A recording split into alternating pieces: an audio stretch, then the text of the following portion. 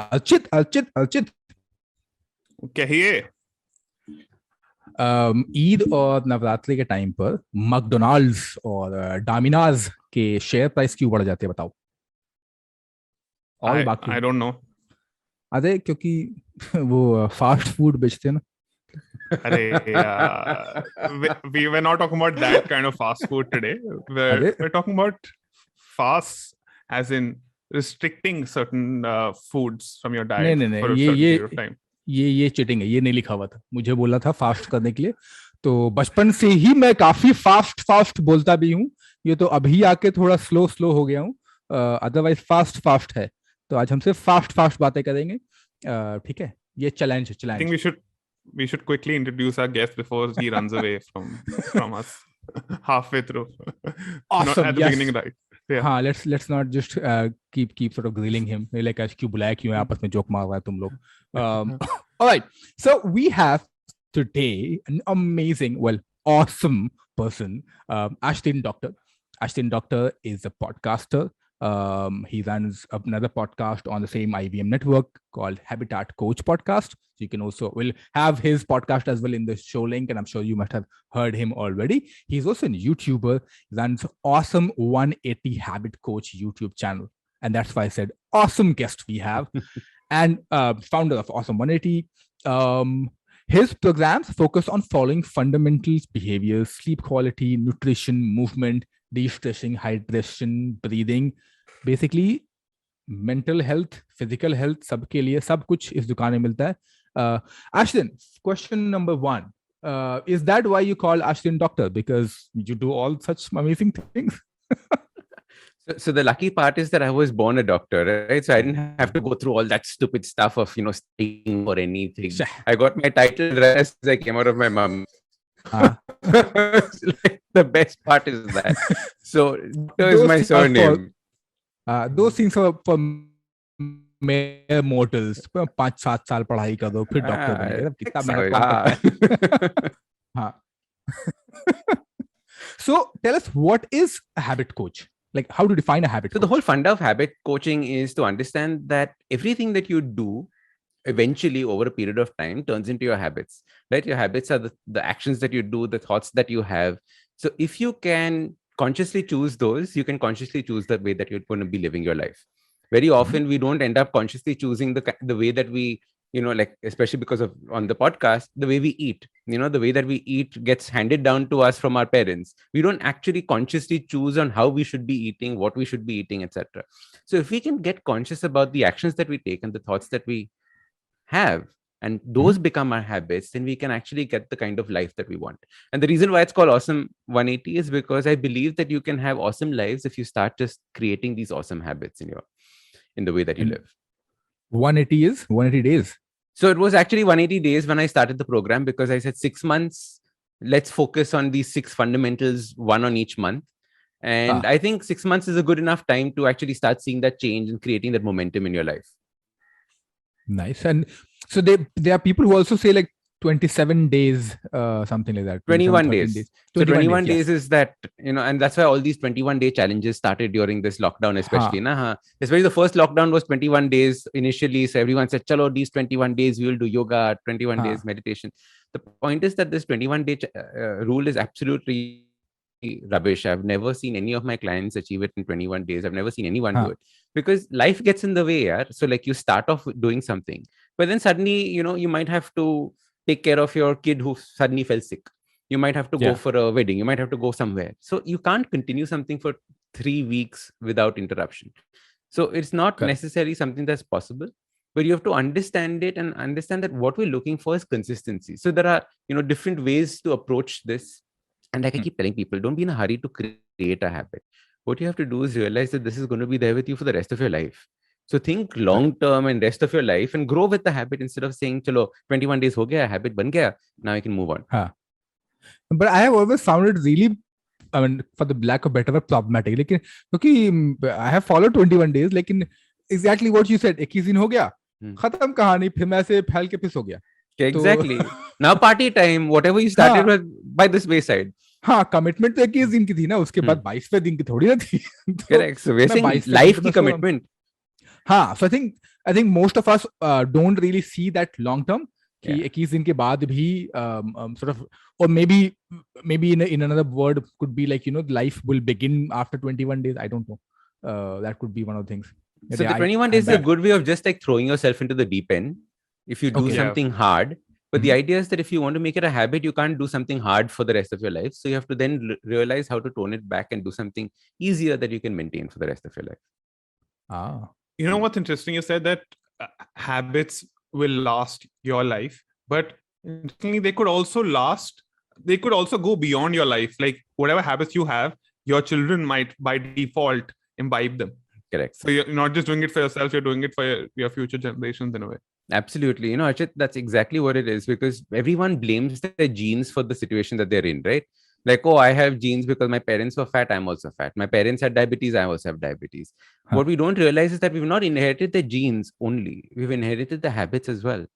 And it is that inheritance that is important for us to realize and choose, because our genes change with the way that we give stimulus to them. So there's a whole new study called epigenetics, right, which says that depending on the kind of environment that you create for yourself, you can get different forms of gene expression.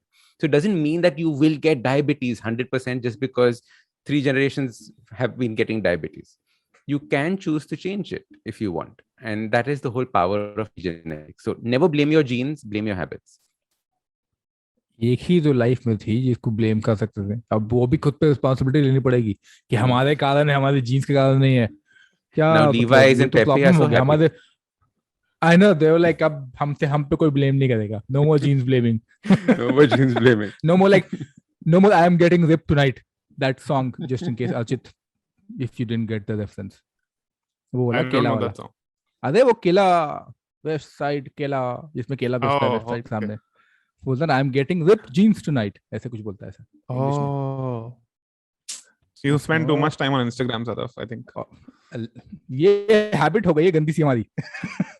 Literally, it's a horrible thing. मैं ऐसे घंटों से swipe करता था mindless type का. हम उसको बाद में बात करेंगे. Yeah, cool. Let's get back to some serious business. Some serious. So today we're here to talk about fasting, and we'll talk about traditional forms of fasting in the first part, and we'll also talk about then intermittent fasting later. So fasting is basically fasting या उपवास is basically abstaining from certain foods. Navratra के time पे जैसे आप cereals नहीं खाते. There is also Shravan or Sawan का time which is going on. Christians follow Lent, the Lent fast, and there's Ramazan in Muslims. Of course, you can also completely abstain from foods, and we'll talk about that in the second part. So, Ashdin, what is the rationale behind these traditional religious fasts? They're not. I wouldn't believe that they are meaningless rituals. So they actually have a very, very important significance. The thing is that they've been intertwined with religion because religion is the only thing that continued for so many years, right? But they were actually best practices, if you can think of, for keeping and maintaining your health over the years, right? Which is why every single religion has some form of fasting, except Zoroastrianism and our Parsee religion, which doesn't have any form of fasting known to man, right? We have 1 month where we say we are vegetarians, but we can eat fish and eggs. So that we will keep to the side. But I'm saying that every other religion has fasting as part of it. And what is important to understand that it is not a religious practice. You're not doing it for the religion itself, but you're doing it as a way to cleanse your body. And there are multiple aspects to it that work, right? So the best way of fasting, of course, is abstaining from your food and water, right? Which is a proper fast where you don't consume anything. And the reason you do those kinds of fasts are to create something in your body called autophagy. Do you know what autophagy is? Have you heard of autophagy? Right? So autophagy. Yeah, but you could tell our listeners. Of course. So autophagy is basically saying self-eating. Autophagy, eating self. What your body does is that because it's not getting enough nutrients from the food that you're eating, normally it keeps getting nutrition from the food that we're eating. But when it doesn't get that, what it does, it says, chalo, let's start a cleanup process within our body. And our body is full of what are called senescent cells. Senescent cells are cells that have stopped working. They've gone senile, basically. They've stopped functioning properly. But the body keeps it alive. Why should we kill it off? It has enough food coming in. We have enough nutrition coming in. Chalo, rakhte hain. But the point is, as soon as you stop the nutrition, the body says, oh no, oh crap, what do we do? And it starts cleaning itself up of these senescent cells so that it breaks them down and uses them for the nutrition that the body needs. So as a result, when we do these kinds of long fasts, our body is getting into this cleanup process. That is something that is very, very important. And we've seen it across the board. It has big benefits in terms of from people with diabetes, cancer, recovering from these things, because ultimately cancer is also senescent cells that have stopped working properly, right? They've just multiplied like crazy. So it's important to understand that all these factors can start bringing your health back in. Having said this, and the disclaimer in the beginning, I'm not a doctor, so these are things that I have read and learned about. Please always ask your doctor before you do these things from a health point of view. Then after you have these kind of hardcore fasts, you have fasts where a little kind of food is allowed, right? And we were just having a chat about this the other day, saying that like my sister-in-law, she's like, I'm doing my fast right now, but I can have Ferrari chivda, I can have potato wafers, I can have sabudana khichdi, sabudana vada, I can have fruits. And I'm like, ye kaun sa fast hua? This is like a cheat day fast. This is what I would have on a cheat day. And you're saying that you do this for a month? This is like, where do I sign up for this? Right? So, but this is not a typical fast for your health, right? Because what you're kind of eating during this point of time is not going to be good for your health in any stretch of the imagination. Like sabudana khichdi, you know what sabudana is made of, right? It's not healthy at all for you.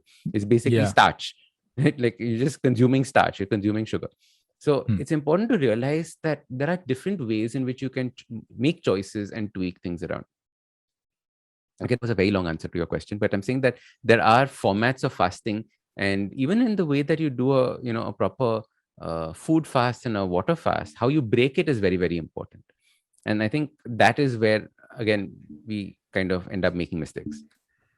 And how do you, what is the rationale, or how do you really break your fast then? So like irrespective of whatever fasting. So from a pure health fasting point of view, not the religious way of looking at things. Yeah. The way that, for example, during Ramazan, when we break a fast, right? What happens is that we wake up in the morning and we dabaw ourselves with food. And then we break our fast and we dabaw ourselves with food. Correct? Now, it's that dabawing ourselves with food that is causing a spike in insulin, the kind of food, because we're basically then eating treaty kind of food. Extremely high fat, extremely high sugar at the same time, right? But what I normally do is I do the Ramzan fasting just like that, right? Because I think it just makes a lot of sense. Yeah. So I stop eating. I don't eat during the day. At night, as soon as sunset happens, I eat my meal, and I typically break my meal into two parts. So there is a high fat way of stopping the fast. So I have a bone soup, which is basically a haddi soup that you would get, paya kind of a soup, right? Which is basically fat, which then coats my stomach, lines it, and is not immediately giving me a sugar spike. So it'll be fat plus protein. And then towards the end of that, the first 2 hours of eating, I will then have something that probably has some carbohydrates in it. Just give me that carbohydrate boost if I'm going to be doing carbs. Otherwise, it'll just going to be continued fat and protein and maybe a salad or something like that. But the point is, then I don't wake up in the morning and eat again. So I effectively turn that 1 month of fasting into a 1 meal a day kind of a structure. And I find that to be extremely beneficial. So, you can do that as well. You don't need to wake up early and then eat from a health point of view. And you can then see, you can try it out for a day and see what happens and how you feel. But that is that's the typical structure of breaking your fast.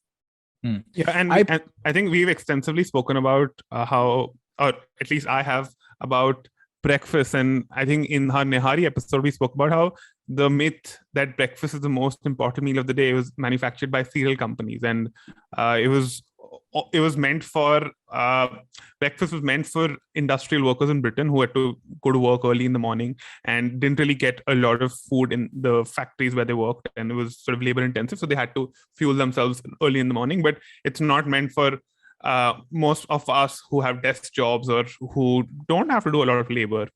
So that's another reason to, fast in the morning, and we'll come to that in the intermittent fasting section. I want to talk about Ramzan a bit. So So I want to come to you, Sada. So whenever you keep the Ramzan fast, I want to know, how do you feel? Like how different do you feel if you sort of analyze your body, both physically and mentally? I think, I mean, even I'll take one more step back and just to sort of finish the loop what Ashdin was talking about, right, on Ramazan. I think for people who just started, it is going to be really hard and difficult for them because, I mean, imagine no water, no nothing, right? So no like liquid going in, no food going in. So that's just a disclaimer for people who want to do it. They should just know what they're signing up for.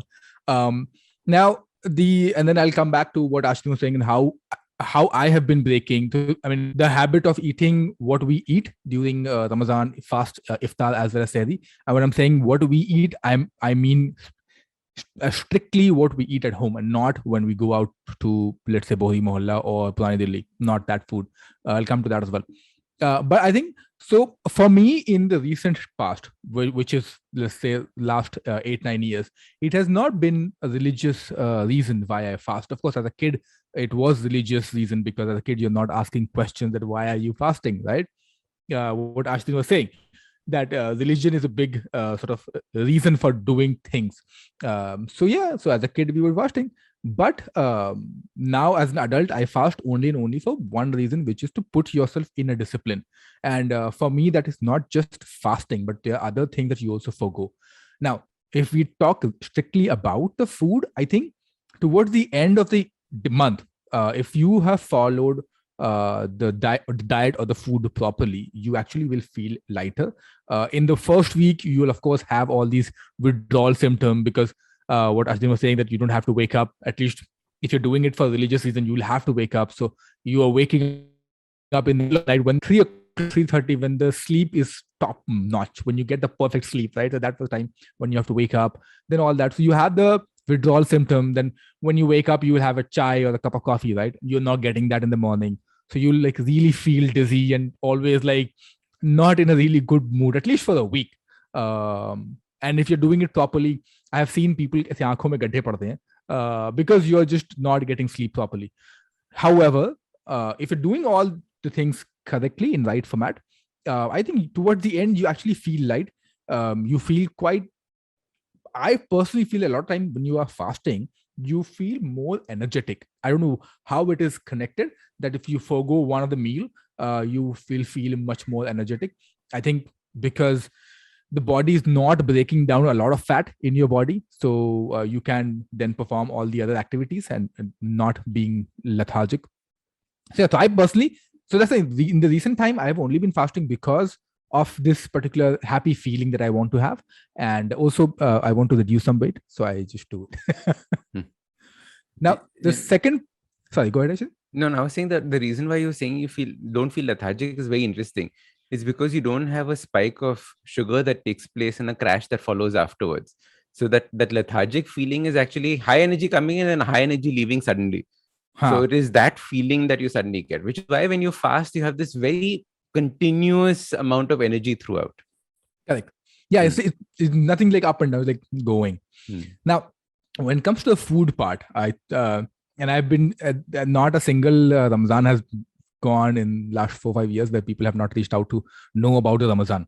Now, at our place, when we are having sehri, there's of course a logic behind it, what you're eating. So I always say two things. Traditionally, people have been having, or our prophet had only khajur, dates, because dates gives you enough amount of sugar, enough amount of carb, and all sorts of nutrient, right? These are tiny, packed with all sorts of nutrition and milk. So that's about it. My aunt still does that. She have 2 khajur and 1 glass of milk, and that's about it, and she'll go to sleep. I, on the other hand, I have either dalia or some sort of porridge or bread. I think gives you again good amount of sugar, good amount of carb, and then you're good to do. And not like you're eating the whole loaf of bread, but like 2 slices or something. But mostly in our family, we eat only dalia.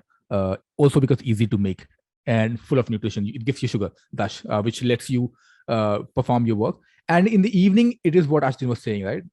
Breaking it down to, again, you need that because your body is almost quote unquote dead. So you need to revive it by giving the sugar. So that's why you have khajur always. There's no, it's not like jannat ka jannat se aaya hua phal hai. It is not as much. Maybe that is the case, but you eat because you need that sugar, and then of course you have a mixture of fat and fat, as in it could be meat fat, it could be fried fat or whatever, and then chane to help you gut. So different kinds of food that you eat have logic. Of course, if you go to Purani Delhi or Mohammad Ali Road, there is no logic. The only logic is, hey, food, come eat. That's it. That's fascinating. And I think with religious rituals, they are in a way intergenerational habits, as you were talking about intergenerational habits earlier. And some people say that they're not scientific in nature, but I would say that they've been found over trial and error with a lot of people as subjects over a long period of time. That doesn't mean you shouldn't question them or you shouldn't experiment with them. You should definitely do that. But, completely ignore them as unscientific, that wouldn't be, I think, fair. So that brings me to the next part, intermittent fasting, which is time-restricted eating for a few hours and then completely abstaining from food for most hours of your day. Or you can also, there are multiple ways to do it, as Ashdin will tell us. I, for example, follow the 17-7 regime, where I don't eat for 17 hours. I eat for 7 hours.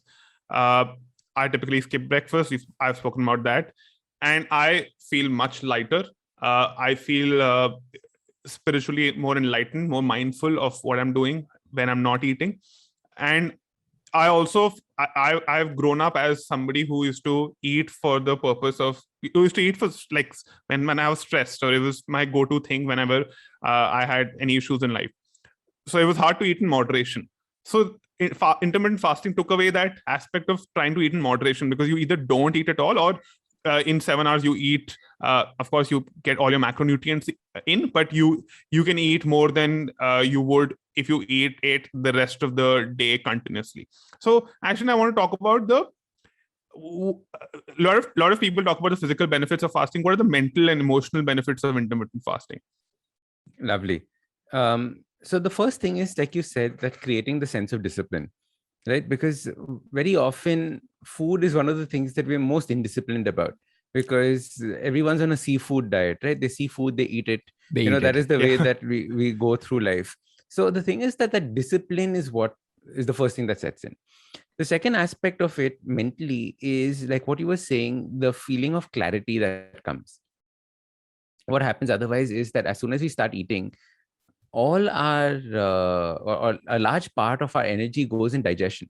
If a large part of our energy is going in digestion, it means that what is left for our brain to be used? There's not enough energy there, right? We think that we're eating to create energy, but you have to think about eating in different ways. And I encourage everyone to open their mind and think about it as, whenever you eat something, it's basically like a foreign object is coming into your system, right?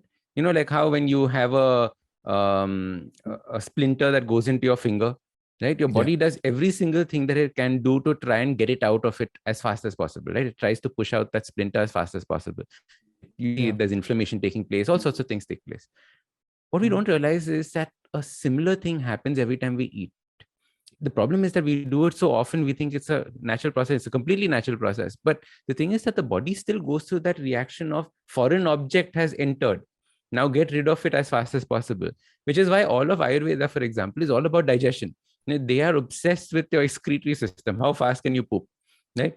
Is your poop good? And that's all they ask you, because that is a key indicator of health. Now, the same thing's happening to us every time we eat. And if we start eating, 6 times a day, 8 times a day, if you're constantly snacking on something like I used to do, I used to have one big dabba on my desk and I used to just keep snacking throughout the day. What's happening is that you're constantly bombarding your body with this kind of foreign object that's coming in, and constantly has to go through this process of cleaning, which is why cognition comes down, the way that your mental faculties come down. And it's important that to realize that when you give your sense, or you give your body that window of not eating, it has now energy and ability to start thinking about other stuff. It has ability to become creative in nature. Problems that you could not find solutions for, you suddenly find solutions for. You become hyper-focused in meetings. We normally would associate all of that with mean, they would think that the exact opposite would happen when you fast. Low energy would happen. You would lose focus, etc. But the way that your body is, it actually becomes hyper focused. And there's another reason for that. The other reason is that when you put yourself in a shortage of food, your body is now acutely aware of this. So it becomes even more ready to go out searching for food. So it searches and puts up all its senses and faculties, which is also the feeling that you were saying about the spirituality, when you start seeing that all your senses are now alive and awake, right? So you start seeing these aspects coming in. And Archit, a large part of this starts happening also when you start doing multiple day fasts, right? So intermittent fasting is typically every day for 16 hours, 17 hours, 18 hours that you would typically do your fasting for. But then slowly you can get into prolonged fasts. You can do, say, a 24-hour fast every day, every week. Right? Don't do it every day, you'll die. Every week, right? But then slowly you can do a 48-hour fast, 2 days of not eating every 2-3 months, right? Then slowly you can increase it to 3 days, 4 days, 5 days. And that way, what you're doing is you're giving your body 5 days of cleansing itself, 5 days of being calm, 5 days of not having this digestive system attacked by food that's coming in or an external influence that's coming in. And the way that you feel after these 5-day fasts is absolutely brilliant, right? So you have to find your sweet spot. You have to grow with this. And the best way of doing this is to experiment and see where you are. So like you said, you do the 17-hour fasts, right? So I learned about intermittent fasting, how many years ago now? 8 years ago? 9 years ago? This was way before intermittent fasting was even a thing, right? And I'm talking about even on the international stage, it wasn't a thing. There were like obscure websites that spoke about intermittent fasting. And I was trying it here, and every single person thought I was an idiot and said that, Ashdin, are you mad? You're going to faint on the middle of the road. You're going to die. What sort of stupidity is that? 16 hours not eating. So it all becomes very overwhelming for people. And the way to think about it is that, well, the good news, I didn't die. But slowly you start realizing that there are lots of benefits from this. Obviously, like Sadaf, you were saying, the weight loss part. I lost my 19 kilos only doing intermittent fasting because, like Archit was saying, it's impossible for me to do anything in moderation. Right? If I start eating one chocolate, I'll finish the entire bar. So for me, moderation doesn't exist. So for me, this kind of staying away is a far better way of approaching it. Yeah. So you mentioned, go on, Sadaf. Sorry. I was saying that what you're mentioning about the particular way of eating and way of fasting, and both, because I am not the one who does intermittent fasting for multiple reasons. One reason being because of my profession as well. So now, is there, and often people, so what both of you are talking about, intermittent fasting, which is skipping 17/7, where most of the people that I also know of, they will have either breakfast and lunch and skip dinner, or lunch and dinner and skip breakfast, right? Do you think there is also a way where people can also fast, so to speak, or skip one meal, which could be, let's say, for example, lunch that they skip, but they have the breakfast and dinner? The reason I'm asking you that question, because the time between breakfast to lunch is not too much. It's just like 3-4 hours ka time gap hota hai, versus lunch to dinner where you have like good 6-7 hours gap. So can people who are interested in fasting or starting small, or just giving up one meal, can they give up any particular meal, or there's a logic behind it as well? So the logic behind it is that you're giving yourself those 16 hours of fasting, right? But it's 16 continuous hours of fasting. If you skip lunch, you're technically breaking that into 2 parts: 8 hours when you're sleeping, and then maybe 6 hours when you're awake in between breakfast and dinner. Right. So the whole idea, or maybe 8 hours between breakfast and dinner. But the thing is that you want 16 hours at a stretch. So skipping lunch is not intermittent fasting. Okay? Skipping lunch is just skipping lunch. So you have to realize that aspect of it. So you can do a lunch and dinner as a meal, because then that makes sense. You can do a 12 o'clock lunch, which is a relatively early lunch. And then you can do, say, a 7 o'clock dinner, and then you're fine, right? You can play around with it and see what time frame works for you, making sure that you're eating only for those 8 hours. Okay. Then Sadaf, you said that how do you start this process? Because suddenly not eating for 16 hours is very scary for most people, right? Correct. So you start off by doing a 12-hour fast. That means 12 hours of eating, 12 hours of not. So you don't skip any meals. It's just that you don't have that midnight snack that you normally are used to, right? It's just that you don't wake up in the morning and stuff your face first thing in the morning. So say you finished your dinner by 9 o'clock at night. The next day you eat your breakfast at 9 o'clock, which is fair, right? That is 12 hours. That is not stressful. So people can do that. Don't have your milky chai. So milky chai, milky coffee breakfast. We can talk about that as well, because that's one of the biggest impediments for people even trying fasting. क्या मेरा चाय ले जा रहे हो? नहीं, impossible.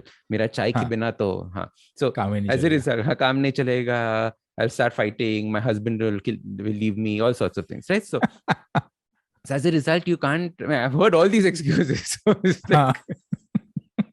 So you mentioned. Sorry, go on. Tell me. You mentioned Ayurveda and how Ayurveda is obsessed with digestion. So I want to go back to our traditional fast conversation.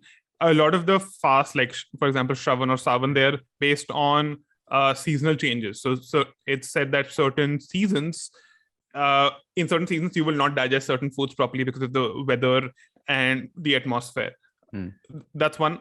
Second thing, I think Ayurveda also says that your digestion is at your peak when the sun is at the peak around noon. So that's why it's important to not skip a meal at that point of time. So 12 o'clock, 1 o'clock, when you typically have your lunch. So that's why for me, lunch is the heaviest meal of the day, and then relatively dinner is lighter. Correct. Absolutely. One and FAQ Ayurveda is anti-fasting, huh? Yeah, Ayurveda is anti-fasting. Yeah. Yeah. One FAQ about intermittent fasting, which everyone constantly asks me, is, "Arey yaar, why you won't get weak or what? Like, you're not getting any nutrients, especially when you do say 24-hour fast or longer fast. How do you tackle that with your clients?" So the way to think about it is that when we talk about intermittent fasting, it is not about eating less. You still eat the same amount that you would normally eat across your 3 meals. It is because that's a big mistake that people make. What they do is they say, I'm skipping one meal. So they think that their quantity is reducing. No, the quantity still remains the same that you would eat throughout the day. Because otherwise you're getting nutrient deficiencies, your hair will fall, your this will happen, your that will happen. It's because you're being a dhakkan and not eating enough. So please start eating. So that is the first big myth that needs to be broken. And a lot of the stuff that's saying intermittent fasting doesn't work for me is because you were doing it wrong. So start that process of understanding and then see if it works for you after trying the right ways of doing it. So eat a lot. Okay. The second part is that when I'm doing a 24-hour fast, the idea is to put my body in a nutritional deficiency state. Correct. Because that's when I want autophagy to set in. I want my body to eat its old senescent cells and stuff like that. So the purpose is to put it in the nutrition deficiency phase. And the beauty is that when you break your fast, you don't break it with vada pav, right? You don't break it with a pizza. You break it with the nutrients that the body needs to be building itself up. So that is the whole funda. So you're creating that vacuum and then you're filling it with good things. And that is the idea behind it. How about breaking a fast with bun kebab? उसमें तो meet भी मिल जाएगा. So the kebab is right, the bun is wrong. Sure. Man. Okay.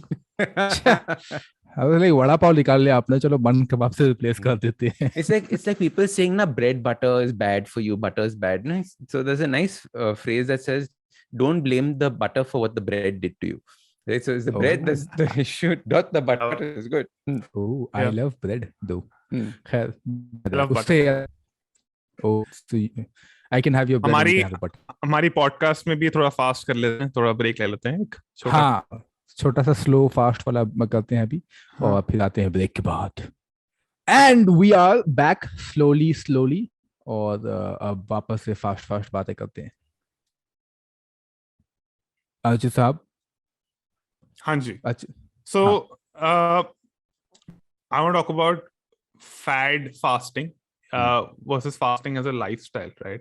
So how do you, like you spoke about not having habits just for 21 days, but having them for life.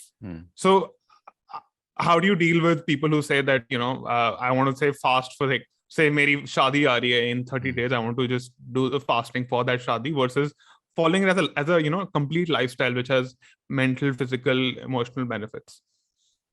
So Like- the way that I would look at it is that telling somebody not to do the fasting just because the wedding is coming or their wedding in the family is coming, not going to work, right? So you tell them the best optimum way of doing that fasting so that they at least get the benefits that they were looking for the wedding. And hopefully after that, they'll say, oh, this felt really good, and continue. Because it does feel, and once you make it a lifestyle way of meaning, make it a part of style, you then find the consistency. Then we can talk about how to do your crash fasting as well if you want. But the way to think about it is to understand that, like Archit was saying, fasting is the natural way the human body was supposed to be eating in the first place, right? It is such an unnatural way to think about breakfasts.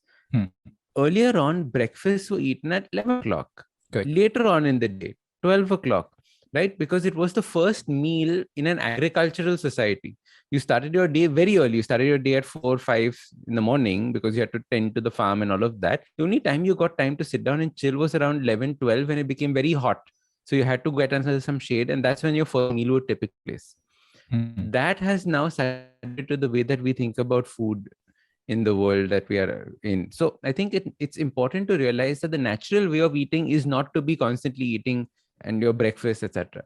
Yeah. And when you actually live according to that, much better. And to chase that feeling of feeling better. Yeah. I think to sort of add on to what both of you are saying, and I personally like all these idioms and culture, and then a lot of our sayings are around the food itself. And so, for example, in my life history or life cycle, I've asked other elderlies as well, like dadis and others as well, like whether they had breakfast as well or not. But they always say they had breakfast. But then I look back, like little further back, and then all that Hindi idiom. For example, the Hindi idiom was "do waqt ki roti." Now, the main reason why it's called "do waqt ki roti," not "teen waqt ki roti," because roti is equals to food in India, right? It's bread basically, and that's why it's called "do waqt ki roti," because और जिसने ये बनाया होगा यही लिखा कि 2 वक्त की रोटी का जद्दोजहद, मतलब सारी जो मेहनत इंसान करता है वो बस 2 वक्त की रोटी करता है.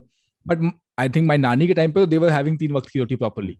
And of course now the idea is that if you have 3 meals, 2 waqt ki roti is for the poor people who are not able to afford the food, or if you are the fancy person, quote unquote, and then you do intermittent fast, right? So that's another world now that you're looking at. And if you're having 3 waqt ki roti, then to matlab or khana, then you are the well off and worthy. So then what about all these diet trends with 6 waqt ki roti?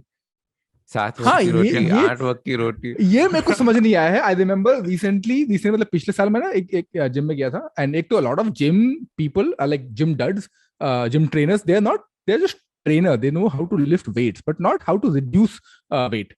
So they would say कि हाँ नहीं ये कर, because things worked for them and they're like one size fits all.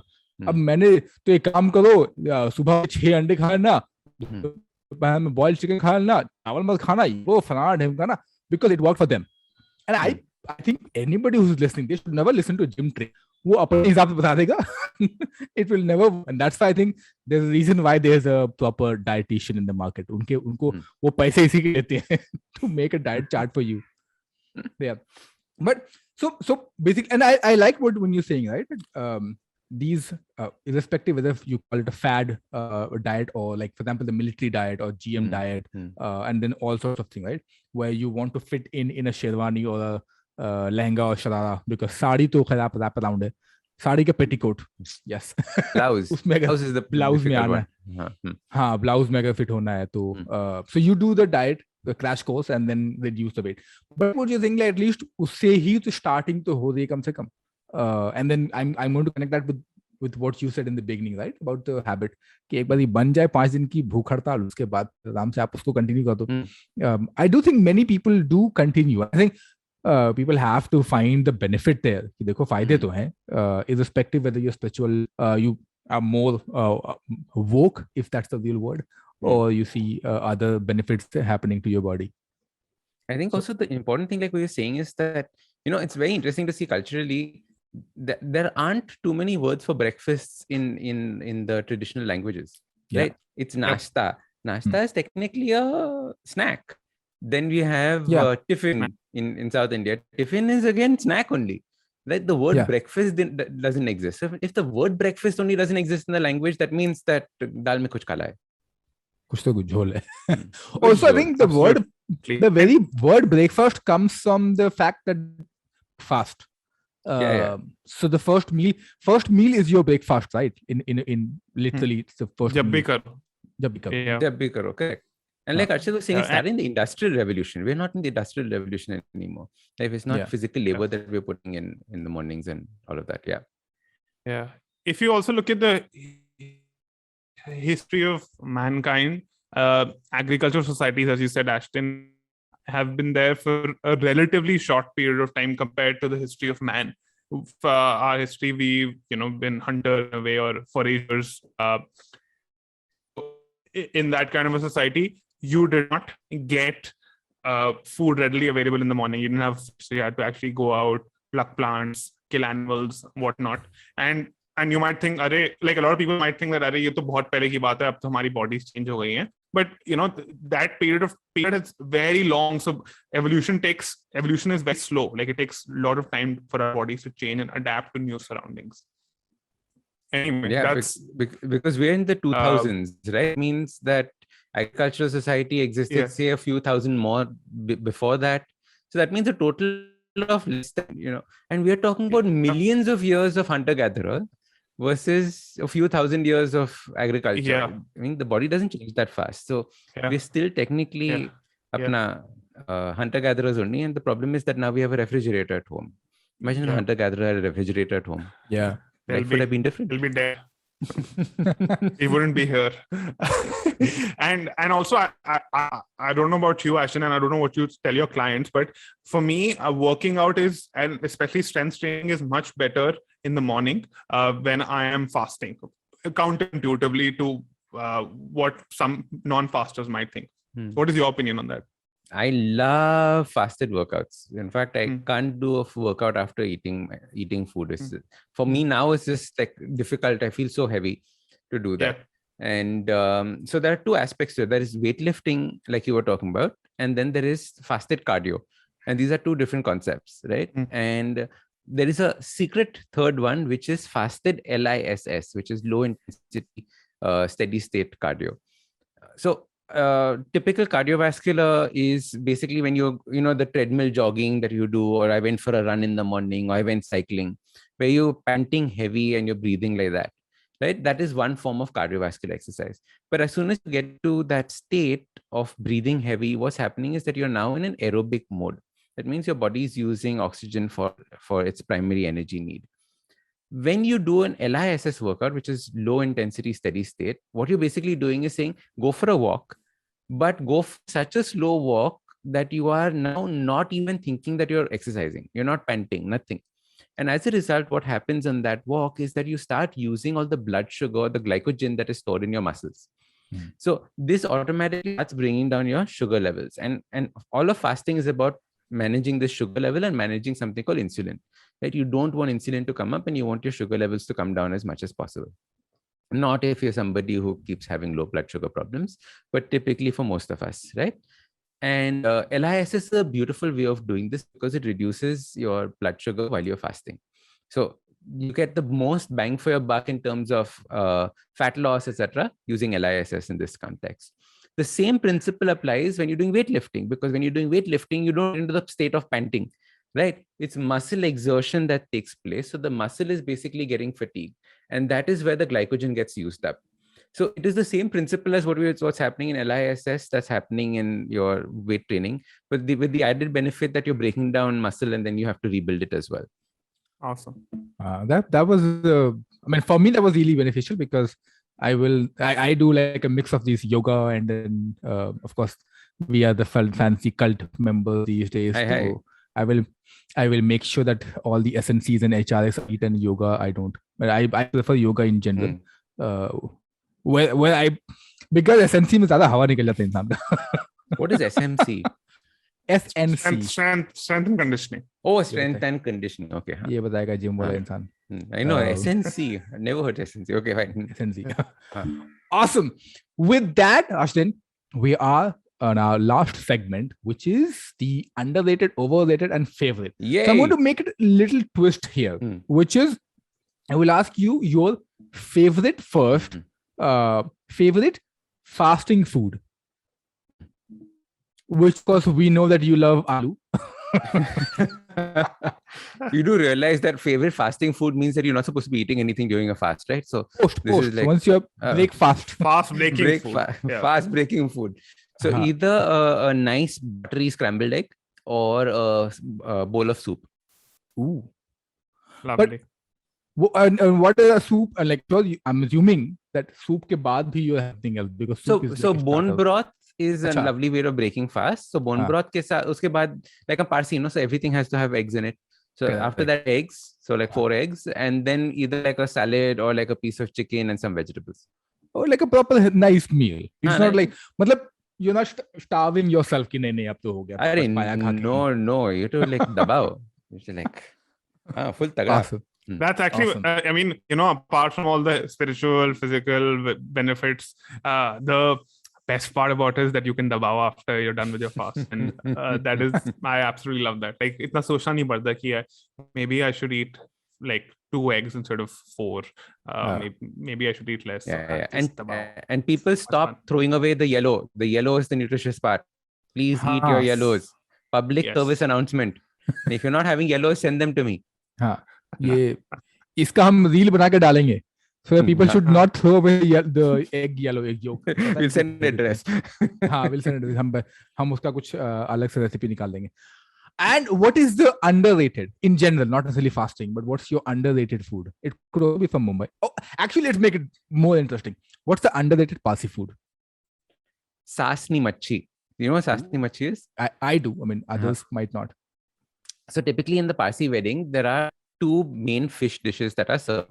The most famous one is called patrani machi, which is fish cooked in a green chutney in a banana leaf. Right? So everyone is like, oh, I need to have patrani machi. I need to have patrani machi. Yeah. But like if you're like a proper Parsi and you know your stuff, you know that the sasni machi is this fish in a white sauce that is like 4,000 times tastier than a patrani machi. And there are so many urban legends around sasni machi, which is what makes it very interesting. So one is that ye kiski saas thi? Is saas actually a mother-in-law? Is saas like the difference of saying sauce, right? So all of that. But there's a caterer. Where is the service machi? Sorry. So yeah, sass. So there is a caterer in Bombay. And the whole thing was we found her secret, which is that she used to put a mangola in her sasni machi. Ooh. And that was like the big talk of the town at that point of time. The sasni machi is the most underrated Parsi thing. Please have more of it. But also, like just little thoda out, detour le raha main. Is sasni machi also quote unquote lost? Because not everywhere you'll find sasni machi. Menu में usually होता नहीं है. घरों पे भी शायद बनना कम हो गया है. Yeah. It's mainly a wedding thing. You have to get invited to a Parsi wedding, which is now a rare occurrence. Because Parsi शादी नहीं करते आजकल. शादी नहीं करते. अच्छा. But इतने छोटे, what, 8,000, 80,000? How many of us are there? 1 0 here and there doesn't matter anymore. And an overrated Parsi food. Dansak. As much as people will beat us up about it, because like the Parsis realize dansak is a morning dish. So on our happy occasions like birthdays and stuff like that, we will have dal chawal, right? Which we call dhan dal. Oh. Right? Dhan is rice and dal, and it is basically a thick yellow dal. And then what I love doing is I love putting ghee on top of it and then having this yummy mixture, and it's like soul food. But then what I do is, because now I'm a Parsi, I have to take it to the next level. So I put fried eggs on top of mine. Then I have it. And I was like, aha. Then it's like you can make proper. a few things worse by adding fried eggs and ghee over them. Yeah. Fried eggs per eggs. So we have this whole fundana in Parsis with something per idu, right? Which is like bindi per idu, sali per idu. We heard somebody said that we have invented ida per ida, which is like eggs on top of eggs. Wow. We were like, this is pure genius. What is this egg with? Who is this person? There's egg dala also, na? Which is Mumbai thing, which has like scrambled eggs with the yolk. Gotala, no? That's typically scrambled egg only. No? And keema. Surat dish. सूरत की dish है. Hmm. हाँ, थोड़ा उसका story है घोटाला and the eggs Kejriwal. So both are from the Gujarat belt. I think the Surat dish is locha, not gotala. Locha is the Surat ka dish, which is not an egg dish at all, which is apna basically ghee in different formats. But I've had घोटाला. I don't like घोटाला. अपना scrambled egg अच्छा है. On that note, Archit, कोई तमीज नहीं है तुमको बिल्कुल भी. नाक कटा दिया. अभी नवरोज मुबारक कौन बोलेगा? अभी नया साल. What is this? बिल्कुल हमारे घर में मेहमान आया, तुमने नवरोज मुबारक पर नहीं बोला यार. ये हम we will mark this as fasting special, Navroz special, Shravan special, everything special. हम ये mark करेंगे. Today special में special है. Yeah. So happy Navroz. So because suddenly happy Navroz Mubarak. Thank you. Happy New Year to you too. अचानक से मेरे दिमाग में चमका ये आइडिया कि because in Delhi, of course, you have two of the very prominent Parsee food places. One is Soda Bottle, and the second one is Rustam's. Now, both of them are having, of course, a Navroz meal. If all goes well, I probably will be going in the evening to Rustam's. But now I'm curious that this is a very restaurant food, right? So, jate, when you are celebrating Navroz, what's your day like the first day of Navroz? So the Navroz then, for me, it's different. For most Parsees, it's different. So for me, it is exactly like a normal day. I don't do anything differently. Like I work through the day, and then there is one evening dinner with family that happens. Okay. For me, it's like that. But for most Parsees, they're new clothes, do up the house, do things like that. But for me, none of that takes place in our house. Most of it doesn't. And for some strange reason, this Navroz, our family decided to say, what is all this Parsee food? No. We will have Bori food. So we had Bori food for our Navroz dinner. So all my friends are saying, send patrani machi and send this and that. I'm like, dude, I'm having like there's a biryani, and then there's a butter chicken, and then there is something else. So that's what it turned out to be. But typically, nice. a Navroz also before the lockdown was as a family we would go watch a play somewhere, because normally you go for movies, but on Navroz watch a play. So that whole drama play thing was important. And then we would go to a restaurant out here called Gaylord's, where all the Parsees would congregate, and we would have very, very high meaty dishes. Like? So my favorite dish was the chicken a la Kiev. You know what a chicken a la Kiev is? Right? It's that we used to call it a bomb growing because it looks like a grenade, and you cut it open and there's butter that oozes out from everywhere. So we used to call it the bomb.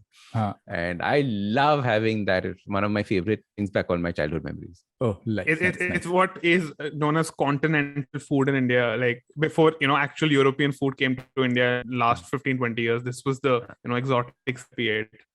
Correct. Conti. And stroganoff, chicken a la Kiev, baked vegetables. Correct. भूख लग गई. अब तो सोच रहा हूँ शाम में चले ही जाता हूँ दोस्तों. Awesome. So again, thank you Ashdin and Navroz Mubarak to you and to everybody else जो celebrate कर रहे हैं या नहीं भी कर रहे हैं तो भी यार Navroz Mubarak है. And let's do fast, slowly, and इसी fast note पे बंद. Lovely. Thank you guys so much. Thank you.